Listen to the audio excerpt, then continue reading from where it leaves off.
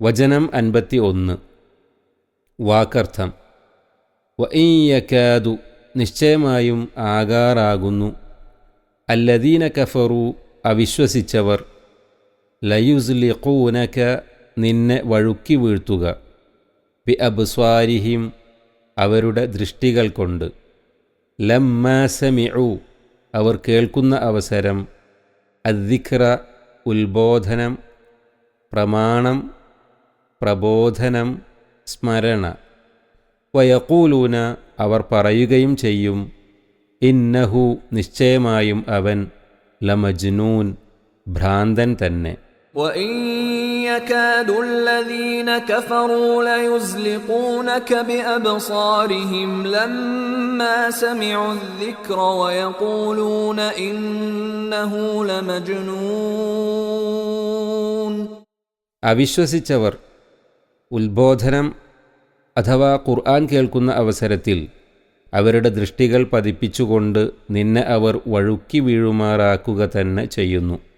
അവർ പറയുകയും ചെയ്യുന്നു, നിശ്ചയമായും ഇവൻ ഒരു ഭ്രാന്തൻ തന്നെ എന്ന്. വചനം 52. വാക്കർത്ഥം. വമാ ഹുവ, അതല്ല താനും, ഇല്ലാ ദിക്റുൻ, ഒരു ഉത്ബോധനമല്ലാതെ, ലിൽ ആലമീൻ, ലോകർക്ക് വേണ്ടിയുള്ള. وما هو إلا ذكر للعالمين. ഇതാകട്ടെ ലോകർക്ക് പൊതുവായുള്ള ഒരു ഉത്ബോധനമല്ലാതെ മറ്റൊന്നും അല്ല താനും. 51, 52 വചനങ്ങളുടെ വിശദീകരണം. ഖുർആൻ കേൾക്കുമ്പോൾ അവിശ്വാസികളിലുണ്ടാകുന്ന വെറുപ്പിൻ്റെയും പ്രതിഷേധത്തിൻ്റെയും കാഠിന്യമാണ് അള്ളാഹു ഈ വചനത്തിൽ എടുത്തുകാട്ടുന്നത്. കഠിന കോപത്തോടുകൂടി അവർ തിരുമേനിയുടെ നേരെ നോക്കുന്ന നോട്ടം കണ്ടാൽ അതിൻ്റെ ഗൗരവം നിമിത്തം തിരുമേനി സ്തംഭിച്ച് കാൽ വഴുതി അടിതെറ്റി വീണുപോയേക്കും.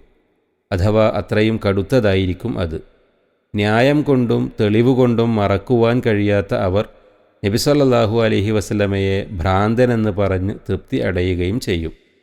അവർ സ്വീകരിക്കുന്നില്ലെന്ന് വെച്ച് ഖുർആൻ്റെ പ്രബോധനം നിർത്തിവെക്കേണ്ടതില്ല. നിർത്തിവെക്കാൻ നിവൃത്തിയുമില്ല.